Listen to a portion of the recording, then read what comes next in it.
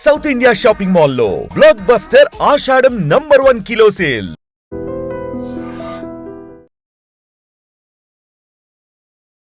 నమస్కారం, welcome to I dream. ధర్మ మార్గం విత్ విజిత కార్యక్రమానికి స్వాగతం.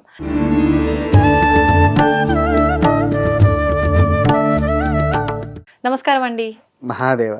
గురువుకి, తల్లికి, తండ్రికి ఎక్కువగా ప్రాధాన్యత ఇస్తూ ఉంటారు మన సనాతన ధర్మంలో. అంటే మన ముందర కనిపించే దైవాలుగా వీళ్ళని భావించాలని కూడా అంటుంటారు. మనకి ఇప్పుడు ఈ జూలై మాసంలో వ్యాస పౌర్ణమి అని చెప్పి, గురు పౌర్ణమి అని చెప్పి రాబోతోంది. ప్రత్యేకించి మనం గురువుగా తీసుకోవాలి అని అంటే మనకు ముందుగానే జ్ఞానం తెలిసిన తర్వాత అమ్మ అన్నీ నేర్పిస్తుంది, నాన్న అన్నీ చెప్తూ ఉంటాడు. వీళ్ళని గురువుగా భావించి వీళ్ళకు మనం కృతజ్ఞత తెలుపుకుంటే సరిపోతుందా? మనకు విద్య నేర్పించిన వాళ్ళని గురువుగా భావించి వాళ్ళ కృతజ్ఞత తెలిపితే సరిపోతుందా?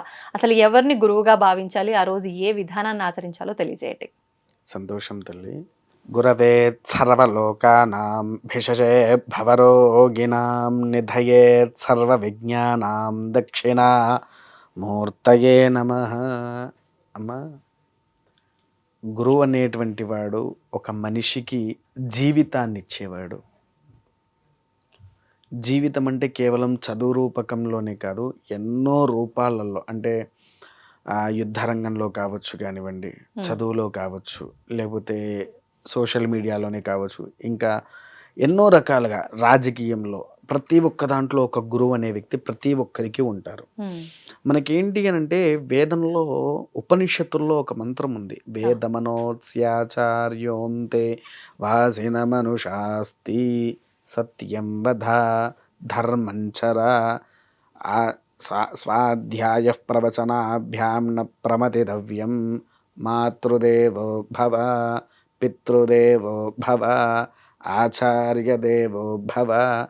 ఒక మంత్రం మొదలు పెట్టాలన్నా గురుభ్యో నమః అనాలి. ఓం శ్రీ గురుభ్యో నమః అంటే మంత్రంలో కూడా మనకేం చెప్పారు అనంటే, ప్రత్యక్ష మనకు మొట్టమొదటి గురువు ఎవరయ్యా అంటే తల్లి.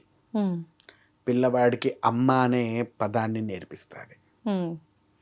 రెండోది మనకు ప్రత్యక్ష గురువు తండ్రి.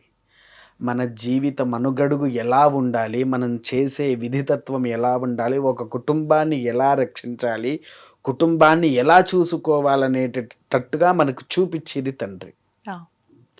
మూడోది సకల విద్యలను మనకు నేర్పించేటువంటి వాడు గురువు.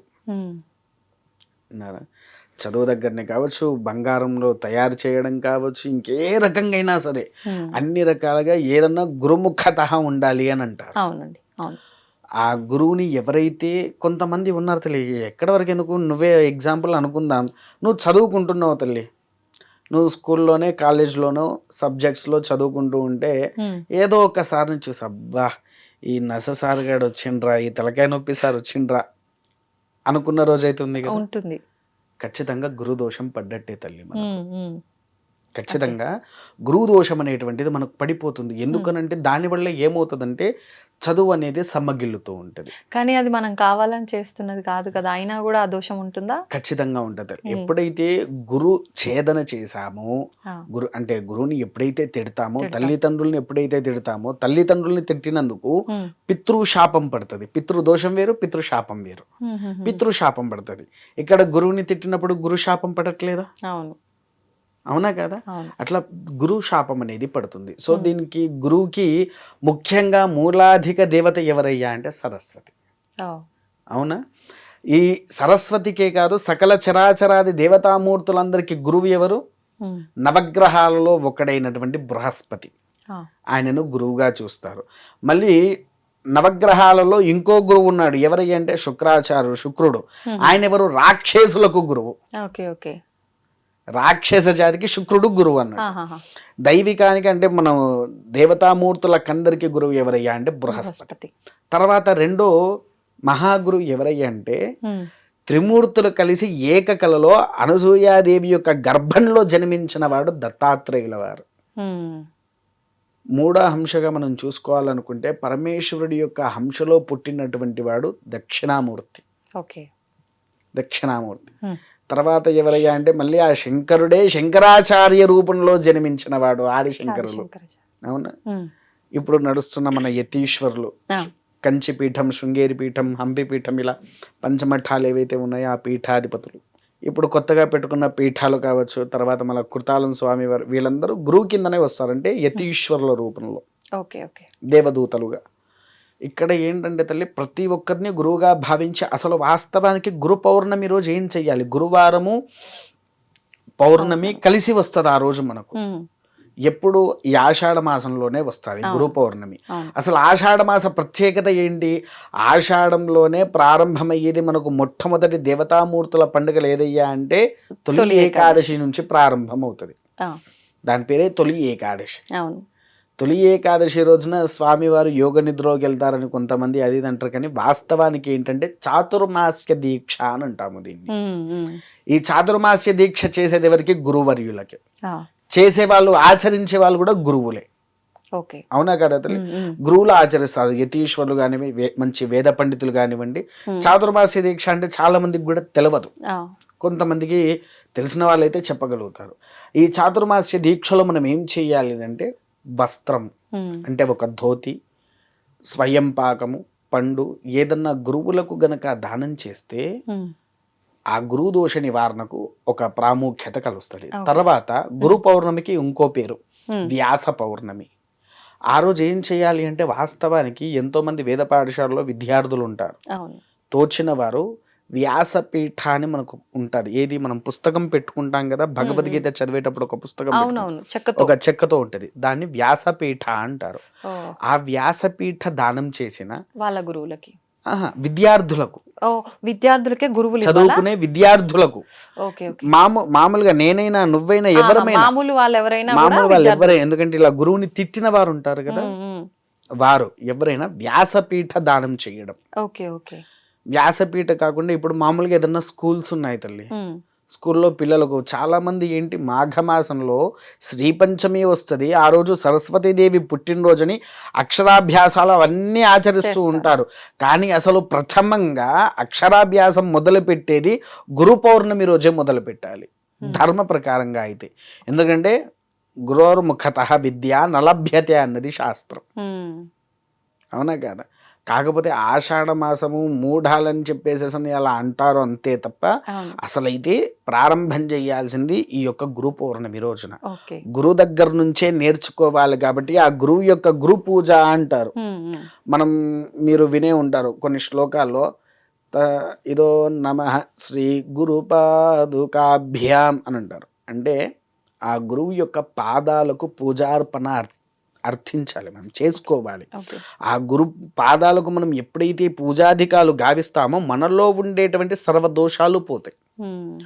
మనం ఎవరినైతే గురువుగా భావిస్తామో, మనం ఎవరినైతే గురువుగా అనుకుంటామో, ఆ గురు పౌర్ణమి రోజు మన ఇంటికి వారిని పిలిచి పాద ప్రక్షాళన చేసిన తర్వాత పుష్పారాధన చేసి వారికంటూ ఏదైనా నైవేద్యముగా పండిస్తారా, ఏదిస్తారా అదొకటి ఇవ్వచ్చు.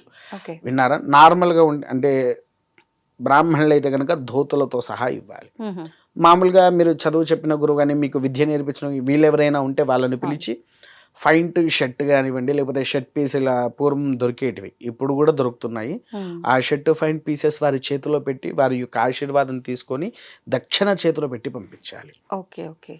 అట్లా ఎందుకనంటే ప్రతి ఒక్క విద్యార్థి చదువుకున్నవాడు ఆ రోజు మనకు ఖచ్చితంగా ఆ గురు పాదుక పూజ ఎవరైతే చేస్తాడో వాళ్ళలో ఉండేటువంటి సకల దోషాలు పోతాయి. దీంట్లో మీకు ఇంకో విషయం చెప్తా, గురువు ఆరాధన ఎవరైతే చేస్తారో మనకు, నేను మొట్టమొదటి ఒక శ్లోకం చెప్పా దక్షిణామూర్తి, గురవే సర్వలోకానాం, గురువే సర్వలోకానికి అధిపతి లాంటివాడు, గురవే సర్వలోకానాం భిషజే భవరోగినాం. మనలో ఉండేటువంటి రోగాలు కానివ్వండి, చెడు ఆలోచనలు కానివ్వండి, చెడు తత్వాలు కానివ్వండి, లేకపోతే ప్రతి ఒక్కటి రోగాల దగ్గర నుంచి నివారణ చేసే ఏకైక గుణం ఎవరికి ఉందయ్యా అంటే గురువుకే ఉంది. మనం గురువుని ఒక్కరిని పట్టుకొని వాళ్ళ విషయంలో ఇలా కృతజ్ఞతగా కనుక ఉండగలిగితే ఇంకా మనం ఎటువంటి ఆరాధన చేయవలసిన అవసరం కూడా లేదు. నిధయే సర్వ విజ్ఞానం, ప్రతి నిత్యము నీకు విజ్ఞానాన్ని బోధించేవాడు కూడా గురువే. నిధయే సర్వ విజ్ఞానం, వాడు ఎంతసేపు నీకు ఒక విజ్ఞానాన్ని నీకు నేర్పిస్తూ ఉంటాడు కాబట్టి. దక్షిణామూర్తయే నమః, ఆ శ్లోకం దక్షిణామూర్తిదే కాబట్టి ఆ దక్షిణామూర్తుల వారికి మనం నమస్కరిస్తున్నాడు. కానీ ప్రతి ఒక్క గురువులోనే బ్రహ్మ, విష్ణు, మహేశ్వరుడు, సరస్వతి, సకల చరాచరాది దేవతామూర్తుల యొక్క రూపంలో మనకు కనిపించేదే ఆ గురువమ్మ. అందుకోసమే గురు పౌర్ణమి రోజున వ్యాసపీఠ దానము చేసిన, వస్త్ర దానము చేసిన, మామూలు స్కూళ్ళల్లో చదువుకునే పిల్లలకు పలకలు కానివ్వండి, పుస్తకాలు కానివ్వండి దానం చేస్తే వారు చదువుకుంటారు కాబట్టి ఆ దోషము మీకు రాకుండా సంహరణ అనేది జరుగుతుంది. పూర్వం మీరు తిట్టినటువంటి దోషం ఏదైతే ఉందో ఆ దోషం అనేది నివారణ జరుగుతుంది. తర్వాత సాయంత్రంలో ఖచ్చితంగా గురువుకి ఏంటంటే ఆ దక్షిణామూర్తికి, ఆదిశంకరాచార్యులకు, దత్తాత్రేయుల వారికి దద్దోజనం అంటే బాగా ఇష్టం తల్లి. దద్దోజనము తయారు చేసి దాంట్లో దానిమ్మ గింజలు వేయాలి. దానిమ్మ గింజలు వేసి సాయంత్రం పూట అందరికీ పంచితే అసలు ఆ స్వామి యొక్క అనుగ్రహం వలన మన పిల్లలకి మంచి భవిష్యత్తు వచ్చి విద్యారంగంలో పిల్లలు ఉన్నత స్థాయికి రావడానికి కోసం సాయంత్రం పూట ఈ యొక్క దద్దోజనాన్ని పెట్టండి, సరిపోద్ది. నిజంగా ప్రతి ఒక్కరికి కావాల్సింది వాళ్ళ పిల్లల భవిష్యత్తు బాగుండడమే. అవునమ్మా. కాబట్టి వాళ్ళ కోసం ఏదైనా ఒక మంచి రోజు ఉంది వాళ్ళకి మంచి భవిష్యత్తు ఇవ్వడానికంటే ఈ గురు పౌర్ణమి మంచిగా ఉపయోగించుకోవచ్చు. ధన్యవాదాలండి, మంచి విషయాలు తెలియజేస్తారు. మహాదేవ. తవ్వండి, తవ్వుతూనే శివలింగం. సరే దాన్ని అట్లా కప్పేసేయండి, చూపించదండి. Krishna is there. మూర్తి పూజ కాదు, సాక్షాత్ బ్రజేంద్ర నందన భగవాన్ ఉన్నారు మూర్తిలో. ఏమీ ఆశించకుండా ఆరాధించే వాళ్ళు కూడా ఉన్నారా ప్రభుజీ? నిజమైన భక్తి అంటే మనకు తెలియదు కాబట్టి